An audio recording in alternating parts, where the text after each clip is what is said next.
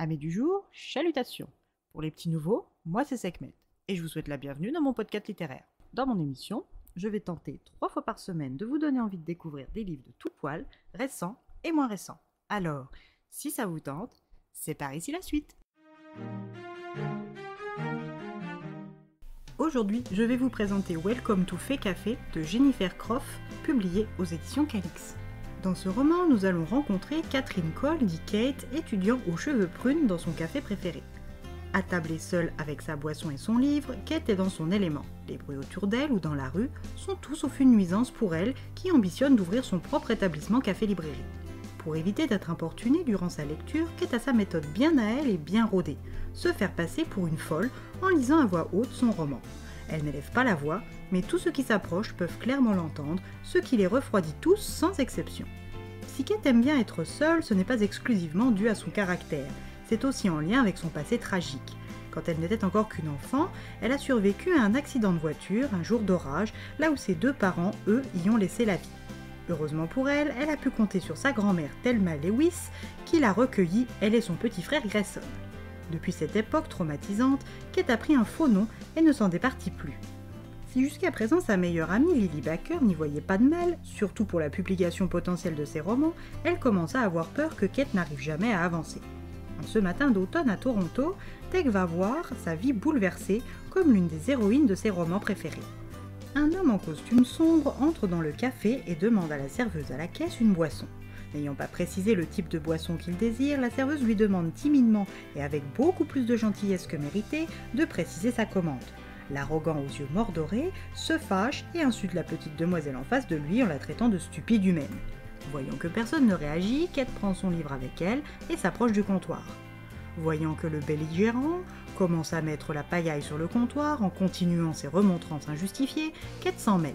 Le ton monte entre l'inconnu et elle jusqu'à ce qu'un concours de circonstances fasse s'enchaîner les choses jusqu'à obliger Kate à se défendre d'une tentative d'agression par un coup de pied bien senti.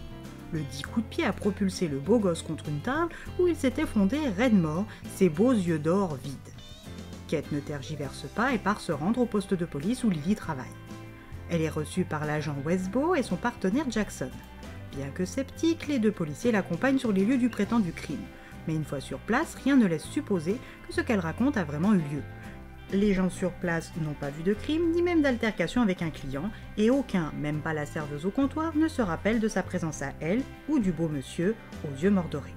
Kate regarde autour d'elle, plus de café au sol, plus de corps, mais son téléphone l'attend à la table qu'elle occupait et son livre est encore taché de café.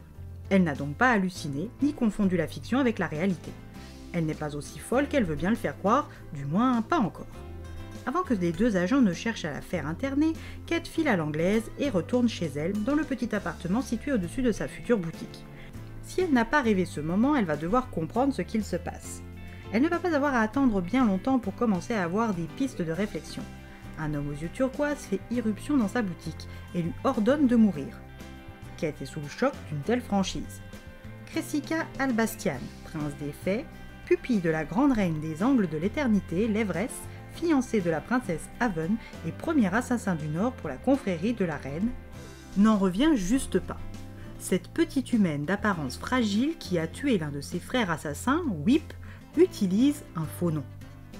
En plus d'avoir désobéi à un ordre direct de sa reine et future belle-mère en traversant le portail qui sépare le monde des fées de celui des humains pour tuer celle qui a éliminé de sang-froid l'un des siens, il a embarqué avec lui 3 de ses plus fidèles frères, Dranian, Shane et Mor, qui ont parié leur tête pour le sauver. Et tout ça pour une humaine. Pour rentrer chez lui, il doit tuer Kate. Mais avant ça, il doit trouver son vrai nom. Perturbée, Kate va chercher de l'aide auprès de l'un de ses professeurs de mythologie, M. Palmer, qui, au fait de l'existence d'êtres différents, l'emmène voir la seule personne capable de lui fournir de l'aide ou des réponses, Frida Nightingale, une bonne fée marraine à la retraite. Mais Kate va vite apprendre un fait sur les faits. On ne peut pas vraiment leur faire confiance, qu'ils soient avec ou contre nous. Alors comment va-t-elle échapper aux envies de meurtre du prince fée ? Cress et ses assassins arriveront-ils à trouver le vrai nom de Kate et retourner chez eux ? Kate survivra-t-elle ? Seule la lecture vous apportera des réponses.